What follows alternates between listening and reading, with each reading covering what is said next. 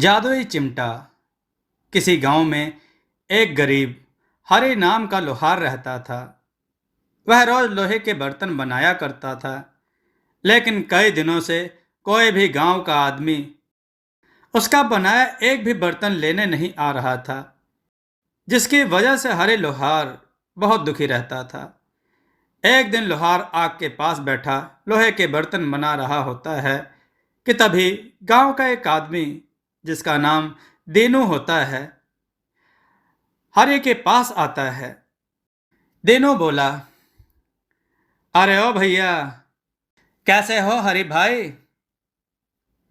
अरे, बड़े दिन हो गए हैं भैया, गांव के बाजार की तरफ आते ही नहीं हो। सब ठीक तो है भैया? हरि बोला, अरे भाई, क्या बताऊं, इतनी मेहनत से लोहे के बर्तन बनाकर बाजार जाता हूं, कोई गांव वाला खरीदता ही नहीं है। भाई, कई दिनों से एक भी पैसा नहीं हाथ आया। ऐसे में क्या करूं, मुझे कुछ समझ नहीं आ रहा। देनू बोला, अरे भाई हरि लोहार, अब गांव वालों को तुम्हारे हाथ के बर्तन पसंद नहीं आते। अब तुम भी क्यों मेहनत करते हो? जाने भी दो अब भाई, अब तुम्हारे हाथों में वो पहले वाली बात नहीं है।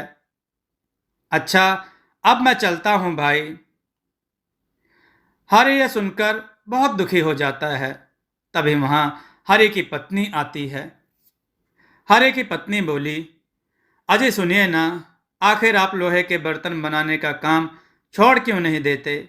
कोई मुनाफा तो होता ही नहीं। यहाँ तक कि अब तो गांव वाले भी आपके बर्तन नहीं खरीदते। अब आप ही बताओ ना, ऐसे में हम खाएंगे क्या? नहीं नहीं नहीं, मैं कुछ नहीं जानती। अब आप भी जाओ और कुछ नया काम देखो। हाँ, हरि बोला, लेकिन भाग्यवान, मुझे तो सिर्फ ये लोहे के बर्तन ही बनाने आते हैं। ऐसे में मुझे भला कोई और काम कैसे मिलेगा? लेकिन अगर तुम कहती हो तो मैं जाकर देखता हूं, शायद कोई गांव वाला मुझे काम दे ही दे। जिसके बाद हरि वहां से गांव की तरफ जाता है। तभी उसे रास्ते में एक बूढ़ा, जिसके साथ में बकरी होती है, दिखाई देता है। बूढ़े ने कहा, अरे ओ बेटा, मैं दूसरे गांव से आया हूं। मेरे साथ मेरी दो बकरियां थीं। मैं इन्हें मेले में लेकर आ रहा था, तो मेरी एक बकरी भागते हुए यहां आ गई। भाई, मेरी मदद करो ना, जाने मेरी बकरी कहाँ चली गई। हरि बोला, अरे बाबा, तुम बिल्कुल भी दुखी मत हो, मैं तुम्हारी बकरी ढूंढने में मदद करता हूँ। तभी दोनों गांव में बकरी ढूंढने लगते हैं, लेकिन पूरा गांव देखने के बाद भी उन्हें बकरी कहीं नजर नहीं आती। हरि और बूढ़ा अपनी बकरी के साथ शाम ढलते जंगल में जाता है। तभी उन्हें बकरे के रोने की आवाज सुनाई देती है। तभी वो देखते हैं कि जंगल में एक गड्ढे में उस बूढ़े की बकरी फंसी होती है। बूढ़ा बोला, अरे भाई, ये इस गड्ढे में कैसे फंस गई? अरे, कोई तो मेरी मदद करो, इस बकरी को बाहर निकालो। अरे, मैं तो लाचार बूढ़ा हूं, इस गड्ढे में से बकरी नहीं निकाल सकता। अरे मेरी प्यारी बकरी। तभी हरि उस गड्ढे में कूद जाता है और बकरी को बाहर निकाल देता है। बूढ़ा बोला, अरे भाई, तुम्हारा धन्यवाद। अगर तुम ना होते तो मैं बेचारा बूढ़ा कैसे अपनी बकरी को बाहर निकालता। तुम बहुत ही अच्छे हो भाई। क्या मैं किसी तरह से तुम्हारी मदद कर सकता हूं? लोहार उस बूढ़े को सारी बात बताता है। बूढ़ा बोला, अरे बेटा, तुम्हारी समस्या का मेरे पास एक उपाय है। तभी वो बूढ़ा एक चिमटा अपनी झोली में से निकालकर लोहार को देता है। बूढ़ा बोला, बेटा, यह कोई मामूली चिमटा नहीं है, बल्कि एक जादुई चिमटा है। इस चिमटे से तुम जो भी मांगोगे वही तुम्हें मिलेगा। हरि ने कहा, क्या सच में बाबा? यह एक जादुई चिमटा है, मैं जो मांगूंगा वो मुझे मिल जाएगा? बूढ़ा बोला, हाँ बेटा, लेकिन यह चिमटा चमत्कारी है जो अपना रूप कभी भी बदल सकता है। यह मायावी चिमटा है, इसलिए लालच में आकर कुछ ऐसा मत मांग लेना जिससे तुम्हारा सर्वनाश हो जाए। याद रखना, यह जादुई चिमटा गलत हाथों में जब जाएगा तो इसका उपयोग अपने लालच को पूरा करने के लिए वो करेगा। तब यह स्वयं ही उसके पास से अपने स्थान पर वापस लौट आएगा। अच्छा बेटा, अब मैं चलता हूं। जिसके बाद वह बूढ़ा वहां से चला जाता है। हरि चिमटे को लेकर अपने घर जाता है। हरि बोला, हे जादुई चिमटे, तुम तो मेरी दशा जानते ही हो। अपने जादू से कुछ ऐसा कर दो कि गांव वाले मेरे बनाए लोहे के बर्तन लेने आने लगे, ताकि मेरा जीवन अच्छे से व्यतीत होने लगे। अगली सुबह होती है और हरि देखता है कि उसके घर के बाहर गांव वालों की एक लंबी लाइन लगी होती है। हरि की पत्नी ने कहा, जी देखिए ना, आज तो हमारे घर पर गांव वालों की बड़ी लंबी लाइन लगी है। यह सब आपके बनाए लोहे के बर्तन लेने आए हैं। और हाँ, देखिए देखिए, कितनी लंबी लाइन लगी है। अरे हरे भैया, कब से प्रतीक्षा कर रहे हैं आपकी। भैया, तनिक मुझे एक लोहे की कढ़ाई दे दीजिए। हरि बोला, अरे हाँ, हाँ भाई हाँ, क्यों नहीं, अभी देता हूँ। और फिर ऐसे ही सारे गांव वाले हरि से जो भी बर्तन उन्हें चाहिए मांगने लगते हैं और बदले में हरि को पैसे देने लगते हैं, जिससे हरि और उसकी पत्नी बहुत खुश हो जाते हैं। हरि बोला, अरे वाह, कितने सारे पैसे आए हैं। अब लगता है हमें पैसों की तंगी नहीं होगी। वो जादुई चिमटा तो सच में जादुई है, हरि की पत्नी बोली। सुनिए जी, आज तो आपके पास काफी पैसे आ गए हैं। अब मैं तो चाहती हूं कि आप रोज ज्यादा मेहनत करके खूब सारे लोहे के बर्तन बनाएं। हाँ, ताकि हम जल्दी से अमीर हो जाएं। हरि बोला, हाँ हाँ भाग्यवान, जैसा तुम चाहती हो वैसा ही होगा। मैं खूब मेहनत करके लोहे के बर्तन बनाऊंगा। अगली सुबह फिर से हरि के घर के बाहर एक लंबी लाइन लगी होती है। हरि फिर से गांव वालों को बर्तन देता है। तभी वहां दीनू आता है, जो हरि से चिमटा लेकर गया था। वो ये देखकर बहुत हैरान हो जाता है कि हरि के घर के बाहर गांव वालों की इतनी लंबी लाइन लगी है। दीनू बोला, अरे भैया, अभी कुछ रोज पहले पास से गुजर रहा था, तब तो यह हरि लोहार रो रहा था कि मेरे पास अब कोई गांव वाला बर्तन लेने नहीं आता।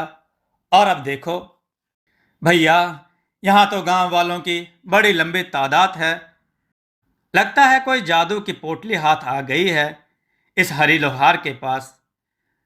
कुछ समझ नहीं आ रहा भाई। तभी वो हरि के पास आता है और हरि से कहता है। दीनू बोला, अरे ओ हरि भैया। क्या भैया, तुम्हारी तो काया ही पलट गई भाई। अब देखो, अब देखो तो जरा, सब गांव वाले बर्तन लेने तुम्हारे ही पास आ रहे हैं भैया।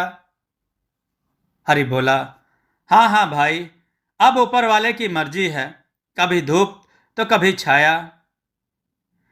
तभी वहां हरि की पत्नी जादुई चिमटा अपने हाथ में लेकर आती है और हरि से कहती है, अजय देखिए ना, यह इतना सुंदर और चमकदार चिमटा मुझे हमारे घर में से मिला।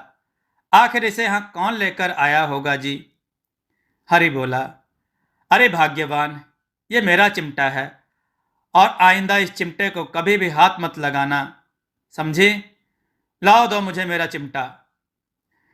देनू को हरि की यह सब बातें काफी अजीब लगती हैं।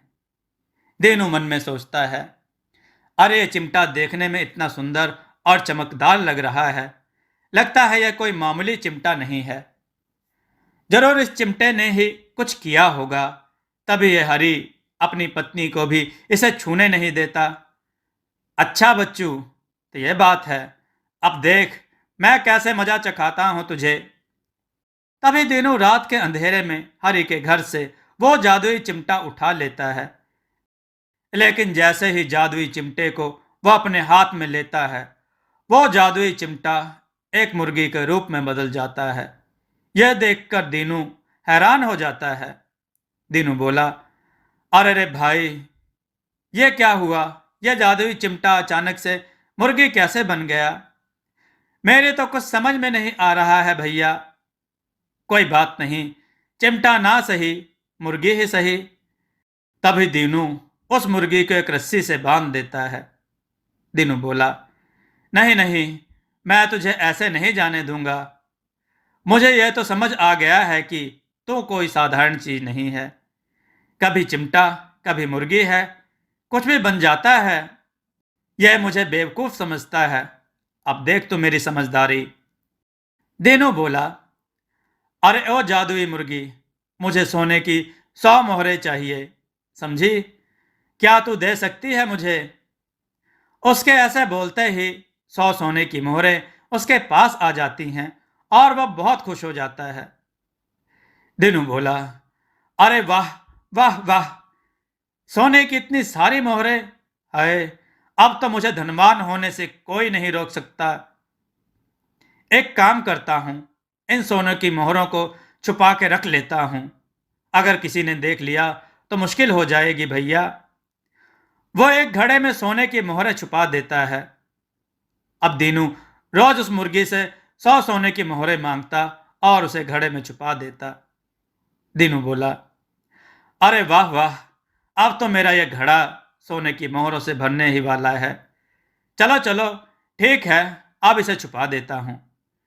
कल उस जादुई मुर्गी से एक साथ बहुत सारी सोने की मोहरें मांग लेता हूं। अब मुझे और सब्र नहीं होता। हरि बोला, हे भाग्यवान, मेरा जादुई चिमटा किसी ने चुरा लिया। अब मैं क्या करूं?